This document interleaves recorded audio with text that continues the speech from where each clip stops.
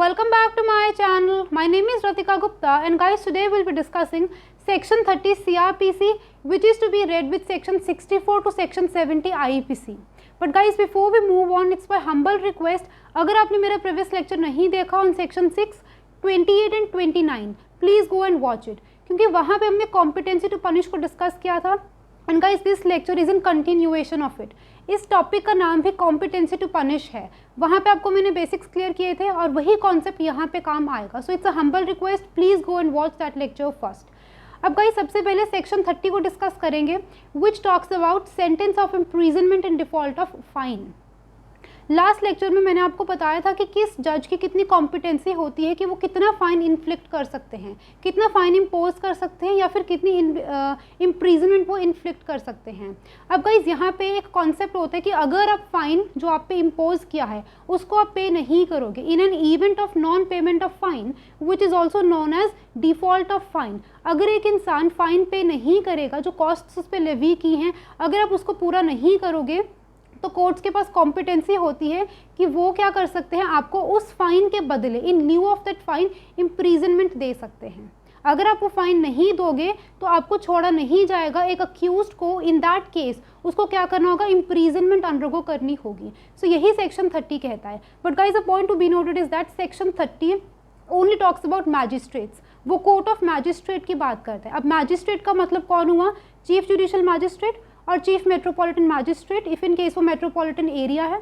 Judicial magistrate first class and judicial magistrate second class, यही लोग सिर्फ मैजिस्ट्रेट्स होते हैं. It means section 30 is expressly excluding court of sessions and high court. ये point बहुत important है और अगर आपने मेरा प्रीवियस लेक्चर देखा है, बेसिक्स क्लियर है, तो आपको ये चीज़ समझ आ चुकी होगी.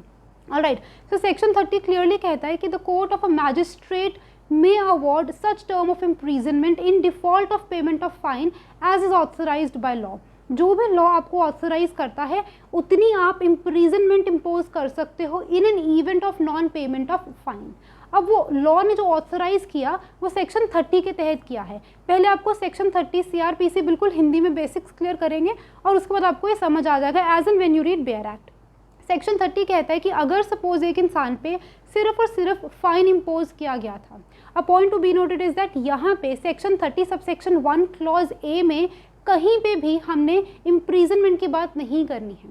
अगर सिर्फ एक इंसान पे फाइन इम्पोज किया गया था, इम्प्रीजनमेंट नहीं थी और आपने उस फाइन को पे नहीं किया, तो आप पे जो imprisonment in default of payment of that fine लगेगी वो मैजिस्ट्रेट की कॉम्पिटेंसी के अकॉर्डिंग लगेगी.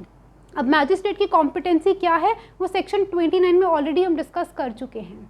अब यहाँ पे आप सोचो कि सिर्फ सेक्शन 29 क्यों लिखा है, सेक्शन 28 क्यों नहीं लिखा, क्योंकि गाइज सेक्शन 29 ही वो सेक्शन है CRPC का जो कि मैजिस्ट्रेट्स की कॉम्पिटेंसी की बात करता है. सेक्शन 28 में हाई कोर्ट या कोर्ट ऑफ सेशंस के बारे लिखा है, उनकी कॉम्पिटेंसी बताई है. लेकिन आपको मैंने बताया कि सेक्शन 30 क्योंकि कोर्ट ऑफ सेशंस को और हाई कोर्ट को एक्सप्रेसली एक्सक्लूड करता है, तो यहाँ पे 28 का तो होने का मतलब ही नहीं. यहाँ पे सिर्फ और सिर्फ सेक्शन 29 लिखा है. आई होप आपको ये चीज़ें समझ आ रही हैं और समझ आएंगी अगर आपने प्रीवियस लेक्चर देखा है. तो यहाँ पे आई वॉज सेइंग कि अगर सिर्फ और सिर्फ फाइन इम्पोज किया गया है और आपने वो फाइन पे नहीं किया, तो मैजिस्ट्रेट के पास एक पावर होती है कि वो आपको इम्प्रीजनमेंट दे सकते हैं. अब वो इम्प्रीजनमेंट कितनी होगी वो डिपेंड करेगा मैजिस्ट्रेट की कॉम्पिटेंसी पे. अगर वो जुडिशियल मैजिस्ट्रेट सेकंड क्लास हैं तो वो 1 साल से ज़्यादा आपको इम्प्रीजनमेंट नहीं दे सकते, कम से कम जितनी मर्जी तो ज़्यादा से ज़्यादा 1 साल. अगर वो जुडिशियल मैजिस्ट्रेट फर्स्ट क्लास है तो वो आपको मैक्सिमम 3 साल की इम्प्रीजनमेंट दे सकते हैं in default of payment of fine. ये चीज़ नहीं भूलनी.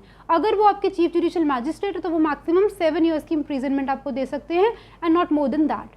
But guys, section 30 sub section 1 clause B क्या कहता है, जहाँ पे apart from fine imprisonment is also a part of your substantive sentence. पहले जो क्लॉज ए है उसके अंदर हमने बात करी ओनली फाइन वाले केसेस. यहाँ पे क्या है, वो केसेस जहाँ पे फाइन के साथ साथ imprisonment is also a part of your substantive sentence. जो भी आपको सेंटेंस मिला उसमें फाइन तो लगा ही लगा, साथ में इम्प्रीजनमेंट भी आ गई, तो उस केस में इम्प्रीजनमेंट तो आपको अंडरगो करनी पड़ेगी. जो इम्प्रीजनमेंट लगी वो तो आपको अंडरगो करनी है, लेकिन आप पे फाइन भी तो इम्पोज किया था, लेकिन आपने वो फाइन पे नहीं किया, तो आप पे उस फाइन को ना पे करने के बदले जो इम्प्रीजनमेंट लगेगी उसमें रूल थोड़ा चेंज होता है. That is 1/4 rule. ये 1/4 रूल होता है। वो रूल क्या कहता है? It is 1/4 of magistrate's competency to inflict punishment for that offence. Guys यहाँ पे ना कॉम्पिटेंसी वर्ड पे ध्यान रखना। सेक्शन 30 पूरा का पूरा जो CRPC का है वो कॉम्पिटेंसी की बात करता है। पहले क्लॉज में भी हमने कॉम्पिटेंसी की बात करी, दूसरे में भी हम कॉम्पिटेंसी की बात करेंगे। फ़र्क सिर्फ इतना है, वहाँ पे मैजिस्ट्रेट की कॉम्पिटेंसी है और यहाँ पे मैजिस्ट्रेट की कॉम्पिटेंसी का 1/4 है, 1/4 ऑफ मैजिस्ट्रेट्स कॉम्पिटेंसी। यहाँ पे हम लोग एक्चुअल पनिशमेंट जो उस ऑफेंस की है उसकी बात नहीं करते। I'll give you a very small example. For example, guys, judicial magistrate first class के पास trial is going on.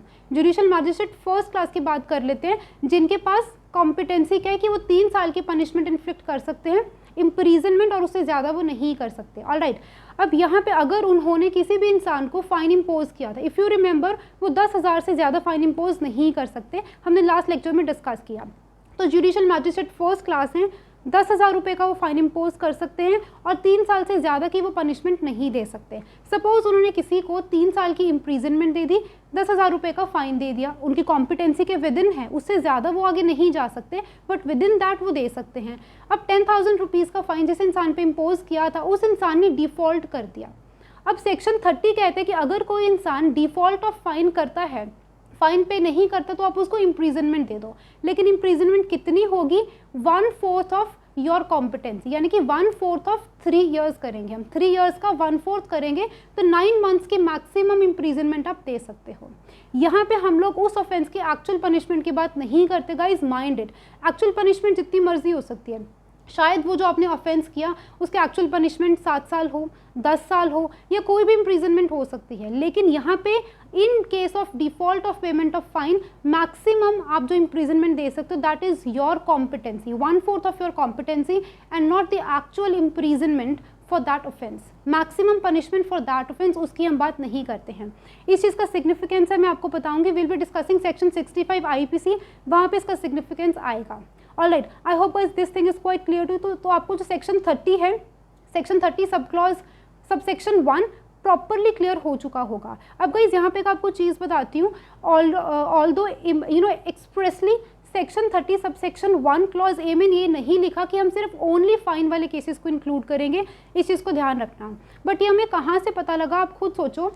Section 30 sub section 1 clause B में उन्होंने लिखा where imprisonment is also awarded as a part of substantive sentence. यहाँ पे specifically expressly लिखा है कि इम्प्रीजनमेंट दी है। अगर इम्प्रीजनमेंट ऊपर वाले आपका जो क्लॉज ए है, अगर उसमें भी इम्प्रीजनमेंट को इंक्लूड किया होता तो यहाँ पे इम्प्रीजनमेंट एक्सप्रेसली ना लिखा होता, तो हम समझ जाते कि यहाँ पे भी इम्प्रीजनमेंट आपको दी गई है और ऊपर भी इम्प्रीजनमेंट दी गई है अलॉन्ग विथ फाइन।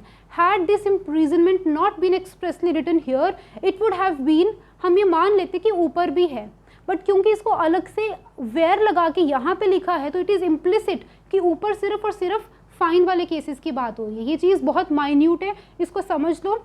अगर यहाँ पे अलग से ना लिखा होता तो समझ आता है कि पनिशमेंट 2 तरीके से होती है, फाइन एंड इम्प्रीजनमेंट। तो इट मीन्स दोनों में हम दोनों की बात करते हैं, लेकिन क्योंकि यहाँ पे अलग से लिख ही दिया क्लॉज बी में इम्प्रीजनमेंट, तो अगर ऊपर वाले पार्ट में वो होती it would not have been written here expressly.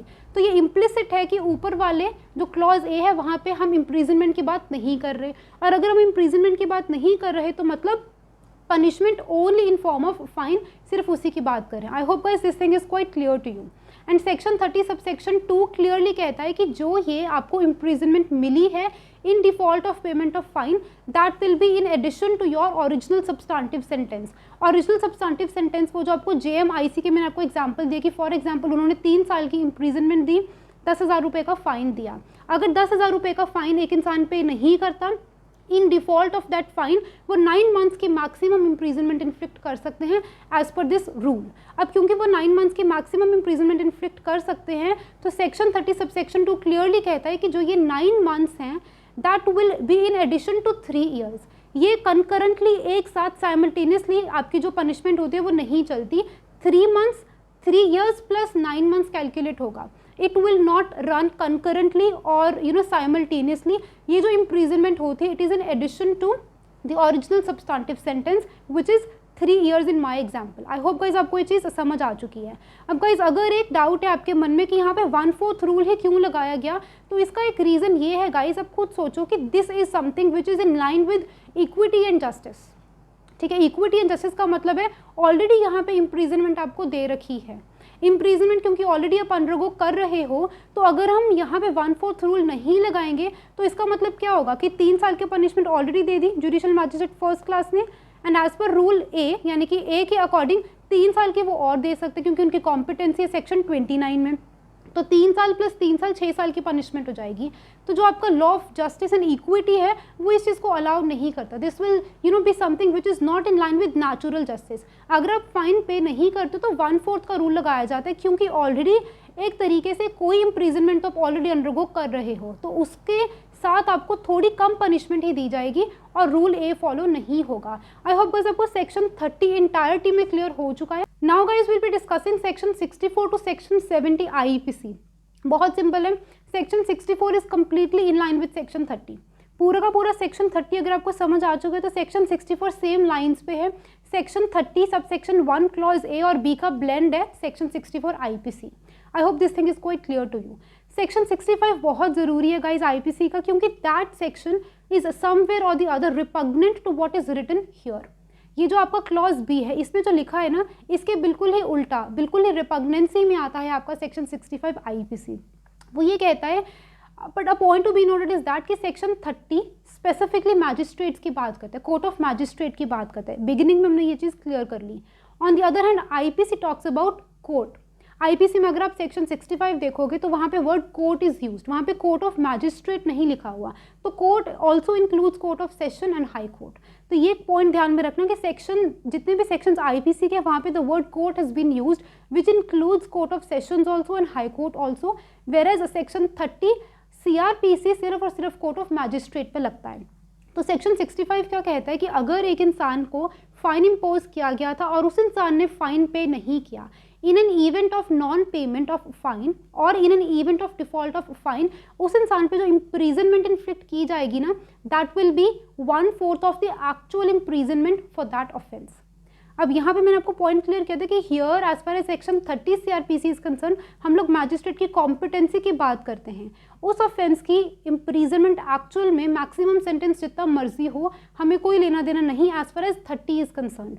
लेकिन as far as 65 IPC is concern, वहाँ पे लिखा कि उस ऑफेंस की जो एक्चुअल पनिशमेंट होगी, एक्चुअल मैक्सिमम पनिशमेंट का आप 1/4 दे सकते हो। अब रिपग्नेंसी आ गई। एक साइड आपका सेक्शन 30 सीआरपीसी कहता है कि आपको मैजिस्ट्रेट की कॉम्पिटेंसी देखनी है उस ऑफेंस के लिए, और उस ऑफेंस की मैक्सिमम पनिशमेंट चाहे 3 साल से ज़्यादा हो, 7 साल हो, 10 साल हो, उसका 1/4 हम नहीं करेंगे। 65 सीआरपीसी कहते हैं कि आपको मैजिस्ट्रेट की कॉम्पिटेंसी को नहीं देखना, आपको क्या करना है, उस ऑफेंस की जो मैक्सिमम पनिशमेंट इम्पोज्ड है उसका 1/4 करना है। अब जब गाइज यहाँ पर रिपग्नेंसी आती है तो हम ये कहेंगे कि सीआरपीसी एक स्पेशल प्रोविजन है जो स्पेसिफिकली मैजिस्ट्रेट्स को दिया गया है, और क्योंकि आईपीसी एक जनरल प्रोविजन है, वो सारे कोर्ट्स की बात करते हैं विच includes court of sessions and high court also, तो वहाँ पे सेक्शन 30 सीआरपीसी विल प्रिवेल अगर वो केस कोर्ट ऑफ मैजिस्ट्रेट में है। अगर वो सेशन कोर्ट में है या फिर हाई कोर्ट में केस चलता है तो आप ऑब्वियसली 65 आईपीसी ही फॉलो करोगे, क्योंकि सेक्शन 30 में तो वो केस ही फॉलो नहीं करेगा, क्योंकि वहाँ पे हम मैजिस्ट्रेट की बात कर रहे हैं। अगर वो केस कोर्ट ऑफ सेशंस या आपका हाई कोर्ट में है तो सेक्शन 65 के प्रोविजंस लगेंगे आईपीसी के, और अगर वो केस सेक्शन 30 सीआरपीसी में फॉल करता है तो 65 आईपीसी में जो मर्जी लिखा है दिस शैल प्रिवेल, क्योंकि ये एक स्पेशल प्रोविजन है कोर्ट ऑफ मैजिस्ट्रेट को लेके। तो I hope section 65 is clear. ये थोड़ी रिपग्नेंसी है बस, और कुछ भी नहीं है।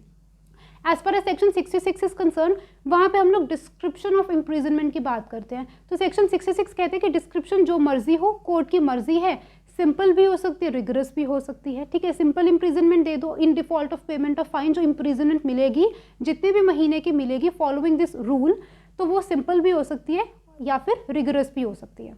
Section 66 if we read it with section 60 IPC, तो वो कहता है कि कोर्ट को बस इतना ज़रूर बताना है कि वो जो इम्प्रिजनमेंट है वो होली सिंपल है, पूरी तरीके से सिंपल है, पूरी तरीके से वो रिगरस है, या पार्टली सिंपल पार्टली रिगरस है।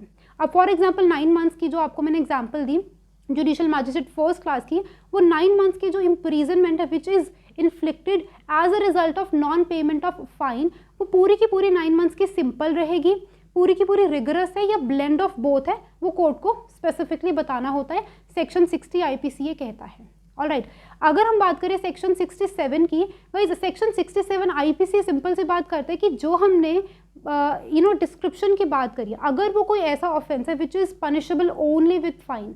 जब हम आईपीसी के क्लासेस को करेंगे उस पर हम देखेंगे बहुत सारे ऑफेंसेस ऐसे होते हैं जहाँ पे इम्प्रीजनमेंट का कोई प्रोविजन ही नहीं होता, क्योंकि बहुत ही छोटे ऑफेंसेस होते हैं तो सिर्फ और सिर्फ फाइन इन्फ्लिक्ट किया जाता है और फाइन लेके उनको छोड़ दिया जाता है, इम्प्रीजनमेंट का कोई प्रोविजन नहीं होता। तो अगर ऐसा कोई ऑफेंस है जिसके लिए आप लायबल हो, जिस पे सिर्फ और सिर्फ फाइन दिया जाता है, तो नेसेसरीली वहाँ पे अगर आप फाइन पे नहीं करोगे तो आपको इम्प्रीजनमेंट तो मिलेगी, but that imprisonment has to be mandatorily simple.